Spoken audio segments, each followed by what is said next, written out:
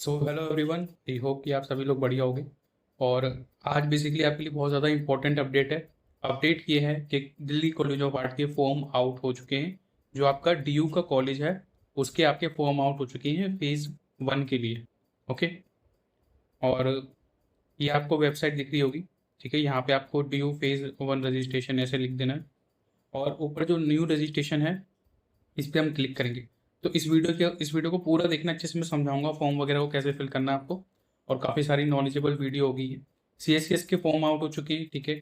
और ये आपका जब आप कॉलेज ऑफ आर्ट में एंट्री करोगे बेसिकली, ठीक है, तो आप इसी के थ्रू करोगे। ठीक है, इसी के फेज़ 1 फेज़ 2 फेज़ 3 इसके थ्रू ही आप जाओगे कॉलेज ऑफ आर्ट में प्रैक्टिकल एग्जाम के लिए। तो ये आपके दिल्ली कॉलेज ऑफ आर्ट के ही फॉर्म आप इसको मान सकते हो, क्योंकि DU से ही कनेक्टेड है वो कॉलेज। ओके। तो अब आपको बेसिकली क्या करना है, कैसे फॉर्म फिल करना है, इसकी क्या लास्ट डेट है। तो अभी तो यहाँ पे कुछ भी आप देख सकते हो कि लास्ट डेट के बारे में कुछ इन्फॉर्मेशन ऐसे नहीं दिखा रहा है यहाँ पे। ठीक है, तो हम इसको देखेंगे खोल के। अभी ये जो दिल्ली यूनिवर्सिटी है इस पर आपको क्लिक कर लेना है यहाँ पे। Applying to university phase 1 phase 2 filling the preference for programmes and colleges. ठीक है, तो फेज़ 2 में आपको जो प्रेफरेंस लिस्ट होती है वो बनानी होती है। ठीक है, उसके बाद एप्लीकेशन फेज़ 3 में होता है आपका। अब इसको हम ओपन कर लेते हैं यहाँ पे। अब ये जो आपकी वेबसाइट यहाँ पे खुल गई है। ठीक है, अब इसमें सारी डिटेल्स आपको दिख रही होंगी। ठीक है, तो उसके ऊपर न्यू रजिस्ट्रेशन हो रखा है यहाँ पे। और यहाँ पे कुछ डिटेल्स दे रखी हैं आपको। Applying for university. ठीक है, फेज़ 1 में applying to university of Delhi, Delhi यानी कि जो दिल्ली कॉलेज ऑफ आर्ट है आपका। Filling the preference for programme and colleges. और अभी आगे का इसमें आ गया कैटेगरी वगैरह के। इसमें जो फॉर्म की है यहाँ पे 250 रुपये कुछ फीस दे रखी है। उसके बाद SC ST के लिए है 100 rupees. Candidate apply for BFA। देखो इसमें साफ साफ लिखा हुआ है, candidate apply for BFA BSc PEHES, ठीक है, BA और BA ऑनर्स के म्यूज़िक विल हैव टू पे additional fee of 400 rupees non refundable. ठीक है, तो यहाँ पे आपको 400 रुपीज़ की एडिशनल फ़ीस पे करनी होगी। ठीक है, और उसमें बच्चे पूछेंगे सर क्यों करनी है, तो इसका जवाब मेरे पास नहीं है। तो वो करनी ही पड़ेगी जो बच्चे BFA के हैं। उसके बाद फॉर अप्लाइंग, अच्छा जो BA वाले उनको नहीं करनी, जो BA ऑनर्स वाले उनको करनी। ठीक है, लेकिन हालांकि ये वीडियो मैं BFA के लिए बना रहा हूँ स्पेसिफिकली। तो फॉर अप्लाइंग IEC है। ठीक है, extra curricular activity and sports और स्पोर्ट्स कोटा देयर एडिशनल फी। अब ये आपके काम का नहीं है। ठीक है, उसके बाद the online application process will be considered completely only after the realisation of the CS form application fee. ठीक है, candidate must check their dashboard email admission website for all communication updates and schedule. अच्छा, अभी देखो बहुत से student जो पूछते हैं सर अपडेट अपडेट, अभी इसमें आपको दे रखा है कि जो भी ईमेल वगैरह होगी आपकी उसी पे आपको अपडेट वगैरह ये प्रोवाइड करते रहेंगे, या फिर आप इस वाली साइट पे जाके क्लिक करके भी जो है सारी अपडेट्स वगैरह देख सकते हो। ओके, तो ये हमारी यही वाली वेबसाइट है जो हमने बेसिकली खोली हुई है। अभी हम यहाँ पे थोड़ा सा और देखेंगे नीचे। अब यहाँ पे आपको CUT वाला जो आपका नंबर है, ठीक है, जो एप्लीकेशन आपका नंबर है, जो आपको आपका जो कार्ड है ना इसमें आपका है, उसमें ये आपका एप्लीकेशन नंबर है। जो भी आपका पासवर्ड होगा वो आप डालोगे। उसके बाद आप यहाँ से लॉगिन करोगे। ठीक है, और अगर पासवर्ड वगैरह भूल गए तो यहाँ से कर सकते हो। ये करने के बाद आपको न्यू रजिस्ट्रेशन करना है। ठीक है, सॉरी, पहले न्यू रजिस्ट्रेशन करोगे। ठीक है, पहले आपको ये करना पड़ेगा न्यू रजिस्ट्रेशन। ठीक है, पहले लॉगिन नहीं होगा, पहले न्यू रजिस्ट्रेशन होगा। तो न्यू रजिस्ट्रेशन आपको पहले करना पड़ेगा। ये करने के बाद आपको यहाँ पे यहाँ पे आपको अपना नंबर डालना है, CUT वाला नंबर। उसमें डेट डालनी है, ठीक है, मंथली, और फिर ये ईयरली जो होता है आपका ईयर जो है जितने साल में आप पैदा हुए थे, उसके बाद करके आपको यहाँ पे रजिस्टर कर देना है। ठीक है, अभी हम इसमें थोड़ा बहुत देख लेते हैं कि इसमें क्या क्या चीज़ें दे रखी हैं। Candidate can log in to the CS application portal through the registration CUT। ठीक है, और वही चीज़ दे रखी है, CUT नंबर से आपको रजिस्ट्रेशन करना है। इसमें name, photograph and signature will be auto integrate from CUT application. जो आपने CUT का फॉर्म बेसिकली भरा था ना पहले, ये नेम वगैरह और फोटोग्राफ वगैरह इसमें ऑलरेडी आपकी जब आप रजिस्टर करोगे तो ऑलरेडी फिल होके आ जाएगा वहाँ पे। Candidate must use his her CUT application number only. और candidate are encourage to use latest version of Google Chrome browser filling season form. Canadian must remember login details, password वगैरह ये आपको remember रखना है। इसमें ये चीज़ दे रखी है, रिमेंबर और ईमेल आईडी। ठीक है, अब ये चीज़ें जब आप इसमें रजिस्टर कर दोगे, कॉमन सी बात है कॉलेज ऑफ आर्ट के लिए, या फिर आप आगे बढ़ दोगे। मैं यहाँ पे रजिस्टर नहीं कर सकता हूँ क्योंकि कुछ बेसिकली मैं स्टूडेंट नहीं हूँ। ठीक है, ठीक है, मैं कुछ बेसिक चीज़ आपको बताता हूँ। रजिस्टर करने के बाद बेसिकली आपको अपनी पर्सनल डिटेल वगैरह जो CUT में वगैरह जो भी वो पूछेगा, नाम वगैरह जो भी पूछेगा, वो सारी चीज़ें आपको फिल कर देनी है। ठीक है, उसके बाद आपका जो भी नंबर वगैरह पूछेगा उसमें अपना नंबर डाल देना, जो अभी नंबर आपका एक्टिव होगा। ठीक है, उसमें जो भी ऑल्टरनेटिव नंबर होगा उसमें वो भी डाल देना। उसके बाद आपका बाकी की जो भी डिटेल्स वो लेता है। ठीक है, और जो भी डॉक्यूमेंट्स आपसे लेता है वो आपको फिल करने के बाद आपको जो प्रोग्राम पूछा जाएगा कि आपको क्या प्रोग्राम चूज़ करना है, आपको BA चूज़ करना है। ठीक है, ये चीज़ ध्यान रखना, BA वगैरह या कोई और सब्जेक्ट मत चूज़ कर देना, क्योंकि बच्चे ये गलतियाँ करते ही करते हैं। कई बार बच्चे BA आर्ट्स समझ के ऐसे करके चूज़ कर देते हैं, तो उस कन्फ्यूजन में आपको नहीं फंसना है। BFA जो बैचलर फाइन आर्ट्स है उसी पे आपको ध्यान से क्लिक करना है। वो प्रोग्राम चूज़ करने के बाद जब आपसे स्पेशलाइजेशन वगैरह पूछी जाए तो स्पेशलाइजेशन में आपको वही स्पेशलाइजेशन फिल करनी है। कॉलेज ऑफ आर्ट में आप एक ही स्पेशलाइजेशन चूज़ कर सकते हो। तो ये चीज़ ध्यान रखना, बच्चे पूछते हैं कितनी भर सकते हैं, एक भर सकते हो। अब उस एक में आपको कौन सी भरनी है उस चीज़ को आपको ध्यान रखना है। अगर आप 6 स्पेशलाइजेशन जैसे applied art, painting, print making, art history, zone C भी आपको बननी है, स्कल्पचर, जोन सी भी आपको इंटरेस्टेड है, आर्ट विजुअल होगी जैसे 6 होगी, तो जोन सी में आपको इंटरेस्ट है वो आपको फिल कर देनी है। अगर आपका इंटरेस्ट अप्लाइड आर्ट में है तो अप्लाइड आर्ट को क्लिक कर देना, पेंटिंग में है तो पेंटिंग को क्लिक कर देना। बहुत से बच्चे कंफ्यूज रहते हैं कि हमें कौन सी स्पेशलाइजेशन चूज़ करनी है। अब इस कंफ्यूजन को दूर करने के लिए मैंने और भी वीडियोस बना रखी हैं, आप मेरी वीडियोस देख सकते हो।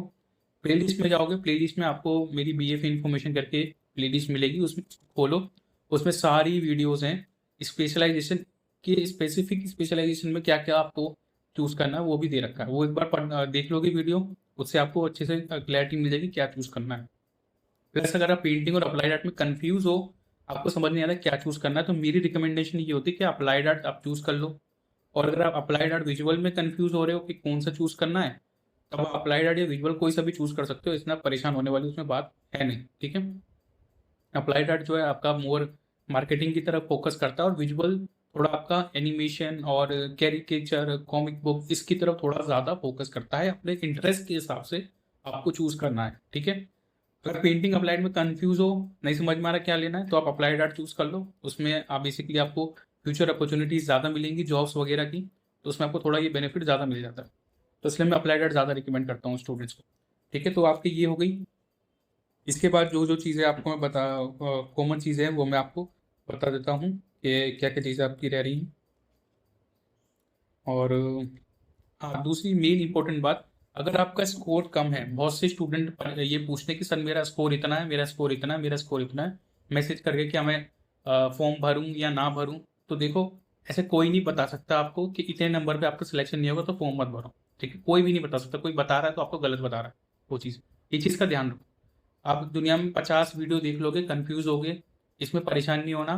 फॉर्म के आप कोई बहुत हज़ारों करोड़ों का फॉर्म आपका नहीं है, फॉर्म भर दो। अगर आपके नंबर कितने भी कम क्यों ना हो, मैंने पहले ही वीडियो बनाई है, नंबर कितने भी कम क्यों ना हो, कि आप फॉर्म भर दो। क्योंकि अगर आप फॉर्म नहीं भरोगे और आपका सिलेक्शन हो गया मान लो प्रैक्टिकल के लिए, तो फिर बाद में आपको दुखी हो गए, आप परेशान हो गए कि मैंने फॉर्म क्यों नहीं भरा था। हो सकता है कि अगर आप अगर फॉर्म भर देते हो और आपके नंबर बहुत कम भी हैं, तो ये भी हो सकता है चांस है कि आपका जो है सिलेक्शन हो जाए प्रैक्टिकल की भी। क्योंकि कट ऑफ जो होती है वो BFA के अंदर बच्चों की बहुत ज़्यादा हाई कट ऑफ नहीं जाती है, बच्चों की normally low medium cut off भी जाती है। क्योंकि अगर आपके नंबर कम है तो आप जैसे बहुत सारे बच्चे हैं जिनके नंबर कम ही हैं, तो इस बात को लेकर ज़्यादा परेशान नहीं होना, कट ऑफ बहुत ज़्यादा हाई नहीं जाने वाली है इसके अंदर। तो अगर आपके नंबर कम भी है तो भी फॉर्म ज़रूर से भरना। फॉर्म ना भरने की बहुत बड़ी गलती मत करना, वरना अपने पैर पे खुद ही कुल्हाड़ी मार दो। तो ये गलती बिल्कुल भी नहीं करनी है। ठीक है, ठीक है, तो फॉर्म को जब आप रजिस्टर वगैरह कर लोगे इसके अंदर, ठीक है, न्यू रजिस्ट्रेशन में क्लिक कर लोगे आप। उसके बाद जब अपना ये नंबर वगैरह जब आप डाल दोगे इसके अंदर, उसके बाद फिर आपसे OTP वगैरह पूछा जाएगा जो भी आपके नंबर या ईमेल पे आएगा। उसके बाद उसको क्लिक करने के बाद फिर आप उसको ओपन करोगे। उसमें कुछ कुछ डॉक्यूमेंट्स जो आपको देने होंगे, जैसे कि ज़रूरी होंगे, 10th 12th की मार्कशीट हो गई, ठीक है, वो दे देना, वो मांगेगा ये। उसके बाद आपकी पासपोर्ट साइज फ़ोटो हो गई, जो भी ID प्रूफ जो भी चीज़ें मांगता है वो आपको फॉर्म फिल कर देनी है। अपनी पर्सनल डिटेल, मदर फादर का नाम हो गया, अपना नाम हो गया, नंबर हो गया जो मैं पहले बता चुका हूँ आपको। ठीक है, उसके बाद जो भी आपके कास्ट सर्टिफिकेट होते हैं, जैसे कि SC वगैरह के सर्टिफिकेट होते हैं, माइनॉरिटी वगैरह के सर्टिफिकेट्स होते हैं, वो सर्टिफिकेट लगा देना।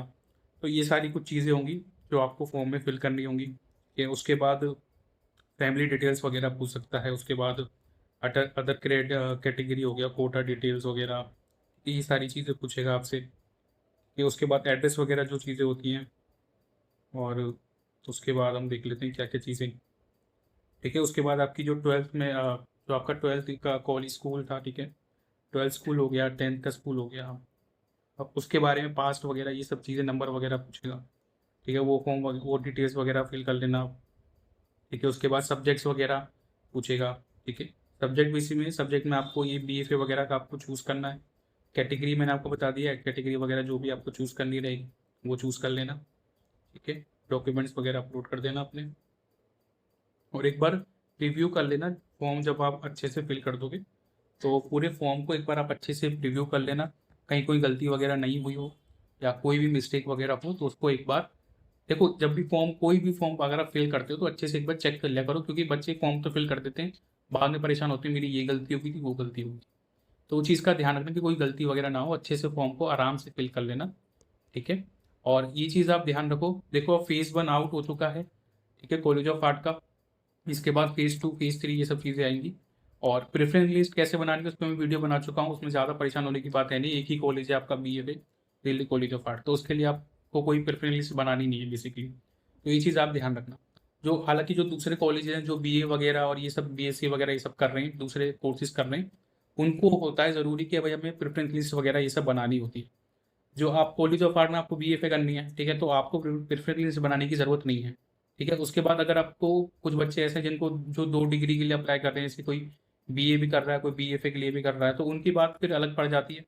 ठीक है, उसके लिए फिर आप जो भी कॉलेज देख रहे हो वो आप कर सकते हो, लेकिन मेरा फोकस यही है कि जब आप BFA के लिए अप्लाई कर रहे हो तो फिर उसी के लिए ही पूरा डेडिकेटेड फोकस करो, क्योंकि BFA ही अपने आप में एंट्रेंस क्रैक करना बहुत ही ज़्यादा डिफिकल्ट होता है आप सभी के लिए, और फिर आप दो दो जगह अगर आप करोगे तो फिर ज़्यादा दिक्कत अपने लिए बढ़ा लोगे। ठीक है, तो ये चीज़ आपको ध्यान रखनी है। साथ ही में अभी हमारे प्रैक्टिकल के बैचेस स्टार्ट हो गए हैं। जिन भी स्टूडेंट्स को प्रैक्टिकल की तैयारी करनी है, क्योंकि अब सीधे आपका थ्योरी तो निपट गया, थ्योरी हो गया आपका, अब आपका प्रैक्टिकल का एग्जाम होना बाकी है। और प्रैक्टिकल एग्जाम आपके कब होंगे? आपके 1 महीने बाद प्रैक्टिकल एग्जाम, आप मान सकते हो कि 1 महीने बाद आपके प्रैक्टिकल एग्जाम होंगे, यानी कि अगस्त में, क्योंकि ये 1 महीना तो फॉर्म वगैरह फिल करने में ही निकल जाएगा। उसके बाद आपके 1 महीने बाद जो है मिड अगस्त तक, या फिर अगस्त की शुरुआत, या फिर तो मिड अगस्त तक मान लो आपके एग्जाम होंगे ही होंगे कॉलेज ऑफ आर्ट के, जो आपके प्रैक्टिकल एग्जाम होंगे।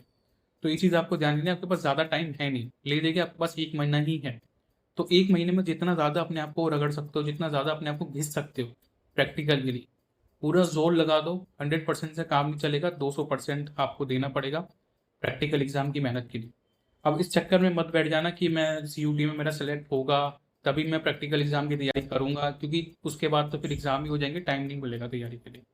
बहुत से स्टूडेंट इसी चक्कर में ऑलरेडी बहुत सारा टाइम वेस्ट कर चुके हैं। अब ये देखिए सिर्फ 1 महीना है, इस 1 महीने में आपको ज़्यादा ज़्यादा प्रैक्टिस कर लो। सबसे अच्छी मेरी रिकमेंडेशन ये रहती है कि आप क्लासेस ज्वाइन करो, प्रॉपर ट्रेनिंग लो। आप ही के लिए हमारा बैच अभी स्टार्ट हो गया है, न्यू बैच, इसको आप ज्वाइन कर सकते हो। नीचे आपको अकेडमी का नंबर शो हो रहा है, ठीक है, इससे आपको मैसेज करके क्लासेस की सारी डिटेल्स ले ली है। क्लासेस की डिटेल ले लोगे, आपकी रेगुलर क्लासेस भी स्टार्ट हो गई, क्योंकि अब आपका 1 महीने रह गया है। तो आप क्लासेस ज्वाइन करके, चाहे आपको ऑफलाइन सीखना है या आपको ऑनलाइन सीखना है, दोनों ही क्लासेस अवेलेबल है। अगर आप दिल्ली में हो, ऑफलाइन क्लासेस लेना चाहते हो BFA प्रैक्टिकल एग्जाम को क्रैक करने के लिए, तो आप ऑफलाइन क्लासेस ज्वाइन कर सकते हो दिल्ली में। अगर आप ऑनलाइन सीखना चाहते हो तो आप ऑनलाइन भी सीख सकते हो, हमारे पास पूरे ओवरऑल इंडिया में बच्चे ऑनलाइन सीख रहे हैं। ठीक है, तो अकेडमी नंबर मैसेज करके सारी डिटेल ले सकते हो क्लासेस की, जितनी भी डिटेल्स होंगी, सिलेबस वगैरह सब कुछ आपको प्रोवाइड कर दिया जाएगा। जब भी आप मैसेज करो तो अपना नाम और सिटी जरूर से मेंशन कर दिया करो। ठीक है, सो मिलते हैं फिर नेक्स्ट वीडियो में। कोई भी क्यूरी हो, कुछ भी क्वेश्चन वगैरह करना हो तो आप कमेंट सेक्शन में जरूर पूछ लेना। साथ में इस वीडियो को हाइप जरूर करना, अगर आप हाइप करोगे तो और बच्चों की भी हेल्प होगी, क्योंकि अब टाइम नहीं रह गया है। ठीक है, हाइप करोगे तो और तक भी वीडियो पहुंचेगी। साथ में इस वीडियो को शेयर करना सभी अपने ग्रुप्स में, अपने जहाँ भी शेयर कर सकते हो जितना ज़्यादा, ताकि औरों तक भी जल्द से जल्दी इन्फॉर्मेशन पहुँच सके। ठीक है, और शेयर करना, लाइक करना इस वीडियो को, चैनल को सब्सक्राइब करके रखना, हमें जल्द से जल्द 40,000 सब्सक्राइबर भी कंप्लीट करने हैं। ओके, मिलते हैं नेक्स्ट वीडियो में। Thank you watching, keep supporting and keep love.